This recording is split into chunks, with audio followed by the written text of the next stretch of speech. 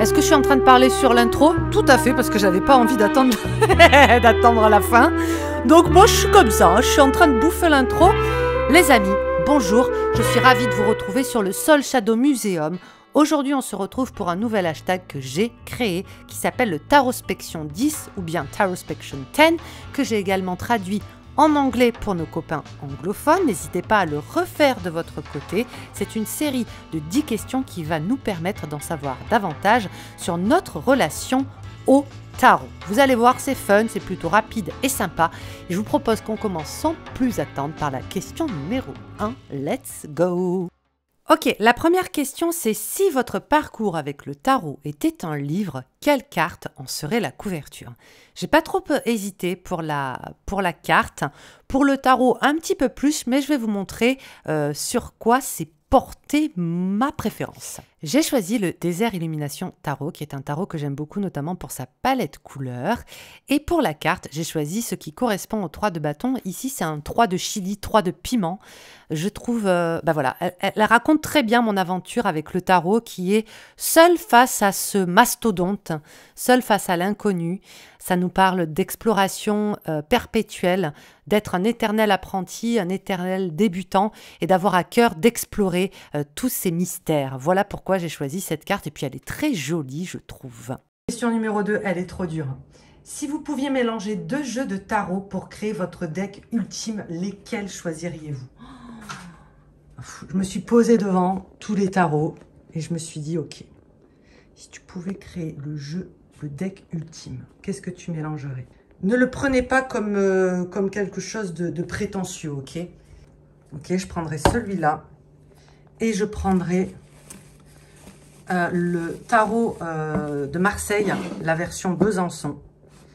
Et je vais vous montrer et je fusionnerai les deux. Et là, j'aurai, je pense, le tarot de mes rêves. Je vais vous montrer, on va essayer d'imaginer. C'est quasiment impossible à imaginer. Donc en fait, ce que ça voudrait dire, c'est que je ferai un tarot de Marseille en gardant toutes mes analogies pop culture et en essayant, alors je sais pas comment je le ferai, mais je pense que je ferai par exemple, bon là c'est, on va dire que ça c'est le 9 de coupe, d'accord? Je pense que je ferai en espèce de relief ou en filigrane, je ferai en sorte que les coupes se marient dans le décor. Donc ce serait peut-être quelque chose au toucher, ce serait une espèce de filigrane où il y aurait peut-être quelques fils holographiques ou texturés, je sais pas. Mais voilà comment je ferai. J'essaierai vraiment de faire un mélange des deux, en essayant de me servir aussi de la palette couleur du Besançon. Et de pas changer, hein, forcément, je veux pas remplacer les coupes par quelque chose de pop culture. Non, c'est pas du tout le propos. C'est que je voudrais que ce soit une fusion des deux. Ça donnerait le tarot de mes rêves. Voilà, je sais pas mieux l'expliquer les gars parce que bah, c'est abstrait quoi. Question 3. Y a-t-il un jeu de tarot avec lequel tu n'accrochais pas au départ mais qui a fini par te séduire? Oui et non, parce qu'en principe, quand j'accroche pas au départ, je les donne, je les offre, etc. Je dirais peut-être celui-là, le Ethereal Vision Tarot. J'accrochais pas avec la version classique parce que je le trouvais un petit peu fadasse. Voilà, hein, c'est que subjectif. Et je trouve la version Luna beaucoup plus deep, connectée. Voilà, ça me parle plus. Donc, j'étais pas séduite au départ pour l'acheter parce que je me suis dit, oui, bon, bah, si ça ressemble à la version classique, là, le Ethereal Vision Tarot, il est esthétique, il est très instagrammable, on va pas se mytho, hein. Il fait partie de ces jeux, voilà, peut-être conçus aussi pour être partagés sur les réseaux. Mais au final, il m'a séduite. Voilà, je l'aime beaucoup. Voilà. Prochaine question. Il faut bien y réfléchir. Si vous pouviez réellement entrer dans le monde d'une carte de tarot pendant une journée, dans l'univers de laquelle plongeriez-vous? J'ai ma petite idée. Je pense tout de suite à ce tarot. Vous allez dire, Yéna, t'es quand même bizarre. Mais je vais vous expliquer pourquoi, les gars.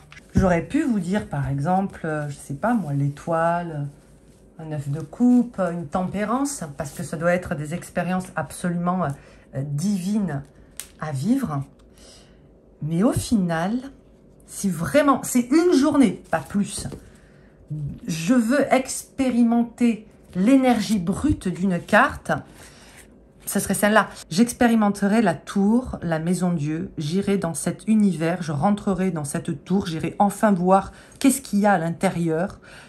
J'expérimenterai vraiment à fond, je ferai l'expérience de la maison Dieu, de la tour, pour une journée et particulièrement de celle-ci, parce que je la trouve très intéressante. Il n'y a pas le côté feu, incendie, etc. Il y a le côté plus illumination, élévation, c'est presque un truc un petit peu ovni, c'est le Ace, je sais jamais le prononcer, Ace World Tarot, quelque chose comme ça, j'oublie à chaque fois.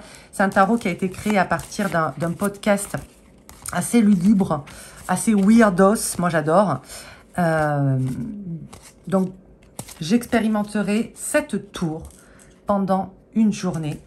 Et, un petit peu à égalité, je vais vous la remontrer, hein, mais vous la connaissez maintenant, je vous la montre souvent, c'est la carte de la mort que je préfère. Mais je pense que on a tous plus ou moins fait cette expérience de la mort. Donc, soit j'irai là, soit j'irai là. Ouais, je sais, c'est peut-être pas les expériences les plus agréables.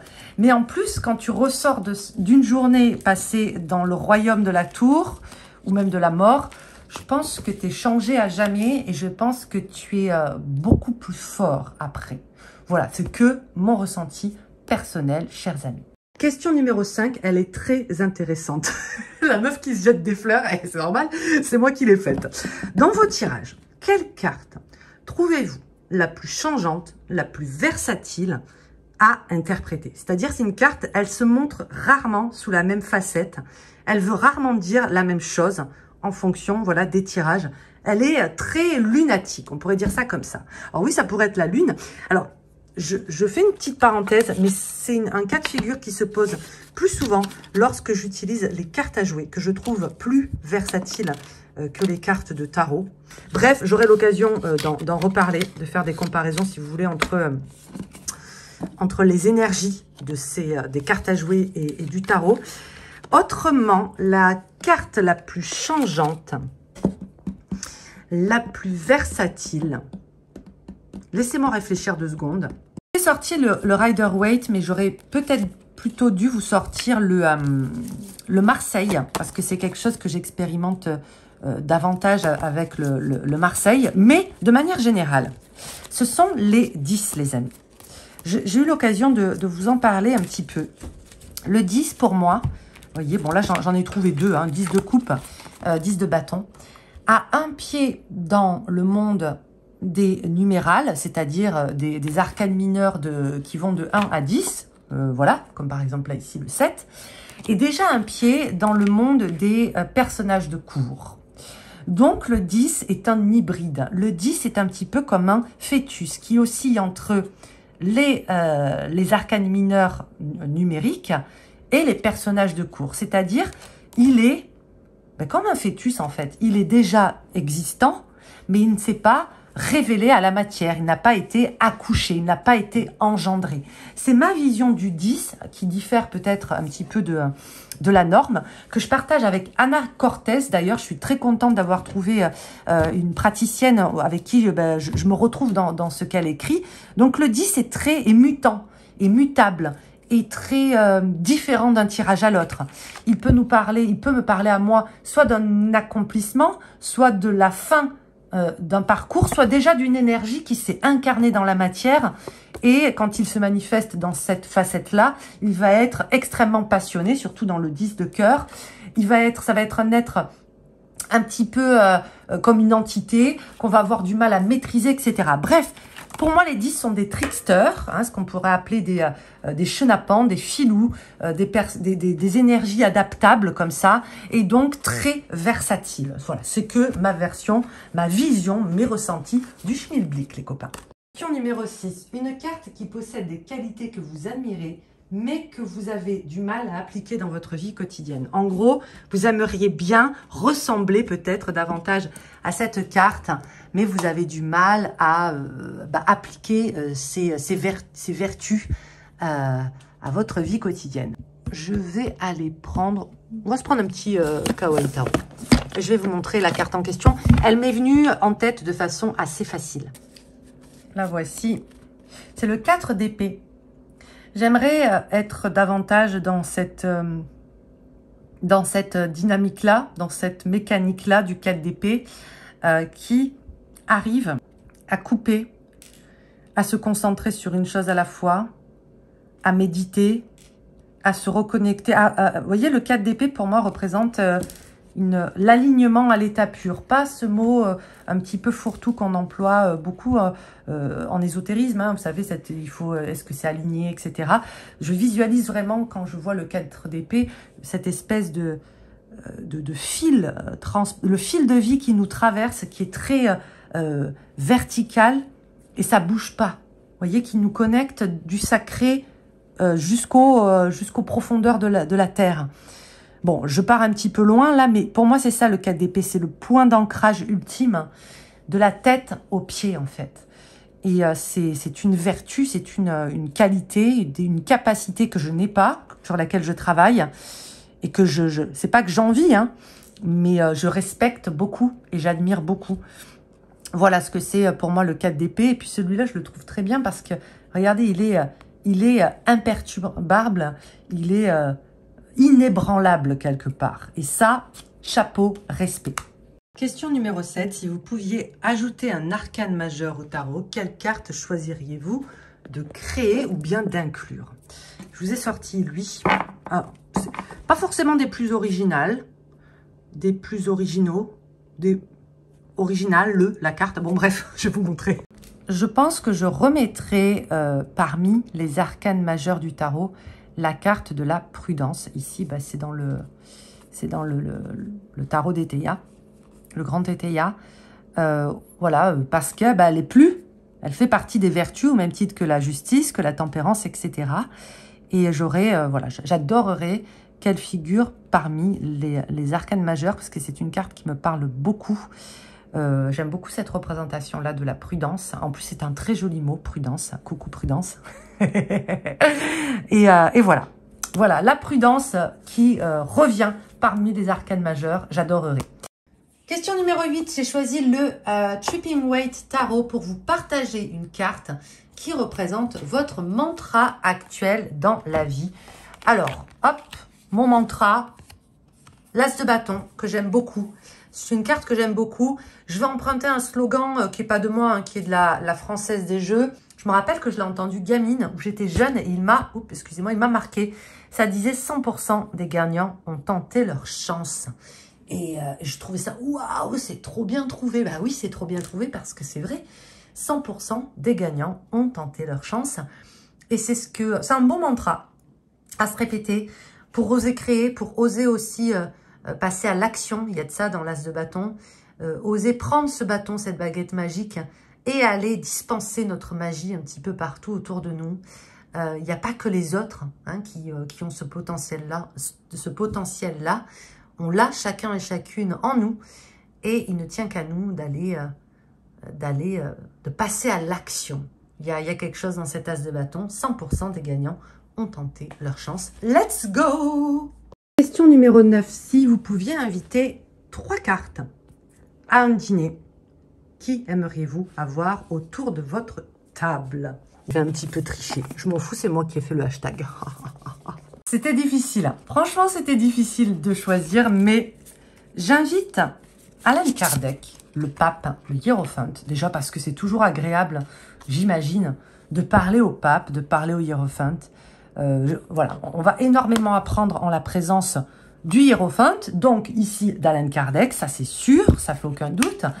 Pour pimenter le dîner, regardez qui j'invite. J'invite le magicien, j'invite Houdini. Il faut savoir en plus que Houdini, c'était un grand débunker de médium et d'arnaque. Donc je pense que les deux là, oh là là là là, le repas serait très très très fuego. ce serait super intéressant. On aurait affaire à deux personnages qui opposent, qui s'affrontent au niveau de leurs idées, mais je pense qu'ils se respecteraient beaucoup. Et puis, pour venir un petit peu tempérer tout ça, pour qu'il y ait une oreille attentive, douce, qui apporte un point de vue sage, j'inviterai le roi de coupe, Michael, qui les écouterait et qui viendrait mettre un petit peu d'humour, de rondeur, de douceur. Franchement, ce sera un repas incroyable. Roi de coupe, magicien, hiérophante. J'ai hâte d'y être. Allez, je vais commencer à faire à manger. C'est parti.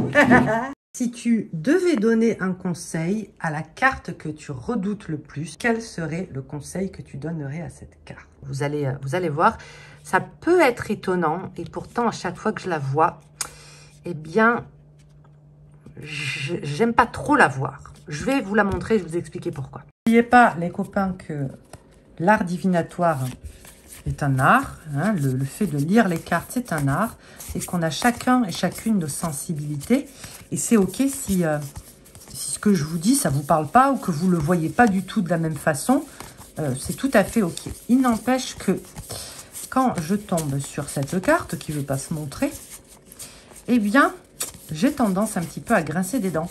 Parce que c'est une carte qui, rarement, chez moi, dans ma pratique, apparaît de manière totalement lumineuse, radieuse, etc. C'est le 4 de denier. C'est une carte qui, je redoute, qui peut me faire peur parce qu'elle représente chez moi, encore une fois, c'est personnel, tout ce que je redoute dans la vie qui est synonyme de fermeture, de peur en lien avec le matériel, le fait d'avoir peur de perdre, le fait d'avoir peur de s'ouvrir, le fait d'avoir peur de partager, le fait d'avoir peur de manquer. Ce ne sont pas des peurs que j'ai forcément, hein, c'est pas ce qui... on est tous névrosés sur Terre, il n'y a pas de souci, mais ce n'est pas des peurs que je confronte forcément au quotidien. Et c'est des peurs que je... Enfin, c'est des choses que je n'aime pas voir de manière générale, qui m'agacent. Et je trouve, à titre personnel, que la fermeture de cœur, le manque de générosité, d'altruisme, la difficulté à s'ouvrir, à partager, à donner, est la chose qui me rebute le plus chez l'être humain. Pour moi, le défaut numéro 1 de l'être humain, c'est l'avarice. Et cette carte, elle peut représenter ça. Les cœurs arides, la peur de s'ouvrir, la peur de souffrir. C'est OK, c'est légitime. Mais il n'empêche qu'au final, dans le 4 de denier, j'y vois plus souvent tout ce type d'énergie que je viens de vous citer que la stabilité matérielle. Ça reste résiduel, c'est un détail. Vous voyez, c'est pas du tout ce que la carte me dit les 3/4 du temps. Elle me parle justement du rapport qu'on a avec la matière, avec le monde matériel et toutes les peurs qui accompagnent ça, qui sont légitimes, bien évidemment, mais qui, moi, m'agacent. Le conseil que je pourrais lui donner, détends-toi le slip, ça va bien se passer. De toute façon, on va tous clamser, tu vas clamser, hein, tu vas crever un jour. Que ce soit dans 5 ans, dans 10 ans, dans 50 ans, tu vas crever. Alors, arrête d'avoir peur des choses qui ne t'appartiennent pas, qui ne t'appartiendront jamais. Rien ni personne sur Terre ne t'appartient. Voilà. Je lui parlerai de la vacuité, du caractère éphémère de chaque chose, de profiter. Parce que pendant que tu es assise là, sur ton pylône, tu ne vis pas. Voilà ce que je lui dirais. Et je pense qu'on serait plus copains ou copines à la fin, mais c'est pas grave. Voilà, chers amis, j'en ai terminé avec ce hashtag. J'espère que ça vous a plu. Je vous embrasse. N'hésitez pas à le faire, à le partager avec moi. J'irai tous le voir. Je vous promets, je laisserai un petit commentaire. Je vous dis à très vite pour une prochaine vidéo. D'ici là, je vous souhaite très bonne événement. Ciao, ciao.